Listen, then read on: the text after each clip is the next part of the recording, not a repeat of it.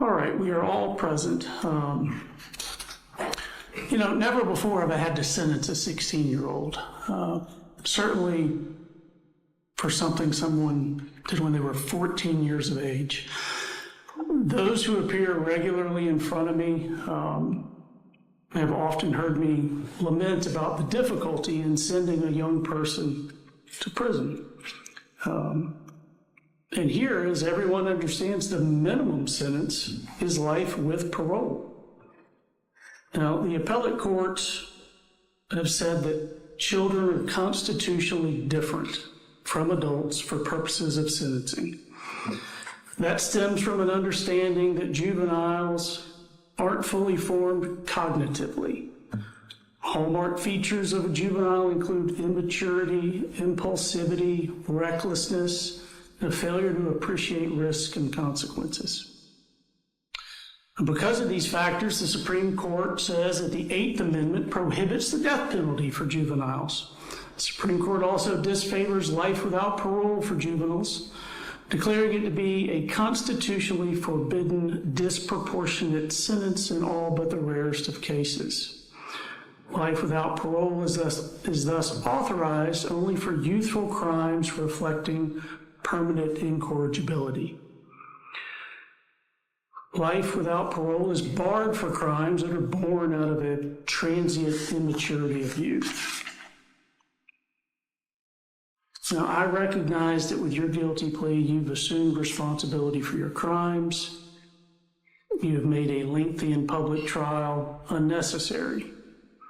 I also recognize that you were failed by each of your parents. You were failed by your extended family.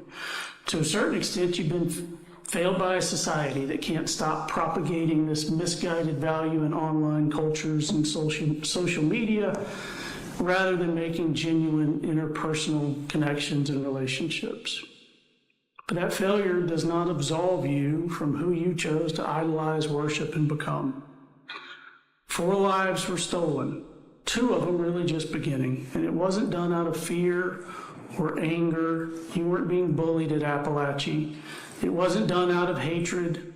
You didn't even know anyone at that school. It was done for the infamy of it.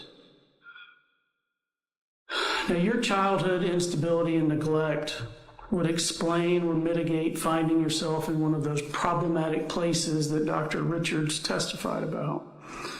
But planning, fantasizing about, visualizing, and executing a school shooting don't put you in a problematic place. It puts you in an unredeemable moral wasteland. Your crimes do reflect permanent incorrigibility, and I will sentence you to life without parole for each of the malice murders that you committed. You understood the horror of what you were going to do. You studied the trials of those other shooters. You even critiqued the victim statements given in those cases, and yet you did this anyway. You wrote, "I want to make history. I want people to remember the pain I caused." And there you succeeded. The pain that you visited upon this community is unlikely to disappear in my lifetime. You do not seem to be tormented by what you did. You seem to relish following in the footsteps of the murderers you idolize. You aren't racked with guilt. You're proud of yourself. Less than a month after the tragedy, you weren't concerned with the horror you wrought, but rather with finding out which mass murderers they were comparing you to. A youth may fail to consider the harm his rash actions inflict before acting, but you did consider it. You studied that pain when you researched the trials of your profane idols. You contemplated that pain over and over.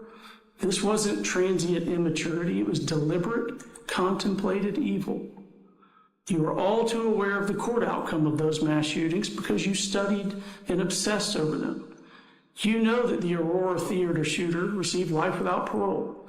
Nicholas Cruz received life without parole. Ethan Crumley, a juvenile, received life without parole.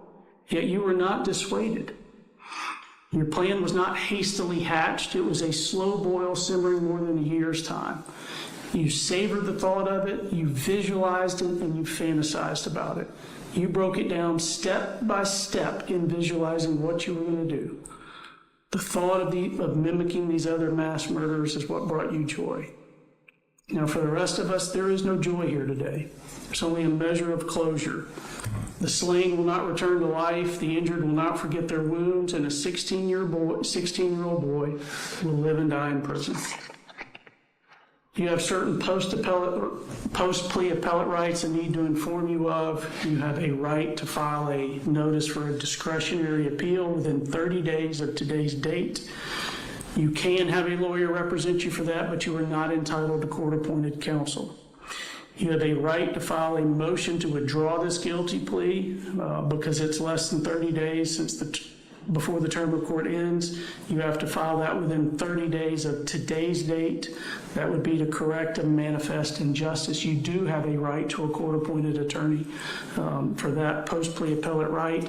If you need a court-appointed attorney, you need to promptly apply for one so that one can be appointed to meet that 30-day deadline. You also have a right to file a petition for habeas corpus to challenge any legal errors in the proceeding, any violations of your constitutional rights. That is a civil proceeding for which you do not have the right to court-appointed counsel. Each of the malice murders will be life without parole, concurrent to one another. The felony murders and the related aggravated assaults for those all merge as a matter of law. Each of the aggravated batteries will be 20 years to be served in confinement consecutive to the life without parole. The aggravated assaults and the cruelty to children that do not otherwise legally merge will be 20 years concurrent to the life without parole. Is there anything else I need to address? Are the 20 years on the aggravated battery consecutive, are they concurrent with each other? Yes. All right.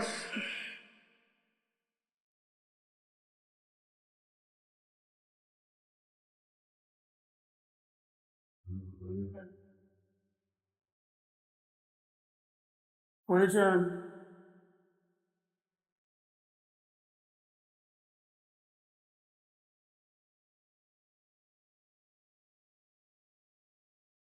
With him off the bench, that camera needs to be off.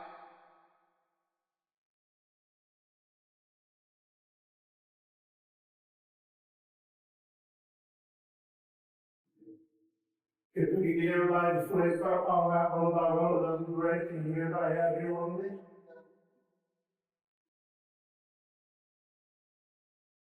What makes this courtroom moment unforgettable isn't simply the sentence that was announced.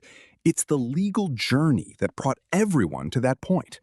From the very beginning of the trial, every witness, every objection, every exhibit, and every argument added another piece to the puzzle. In a courtroom, decisions aren't supposed to be driven by emotion alone. They must be grounded in evidence, guided by the law, and supported by legal principles that apply equally to everyone, no matter how difficult the case may be. Looking at this proceeding from a legal perspective, the judge wasn't deciding who told the most emotional story.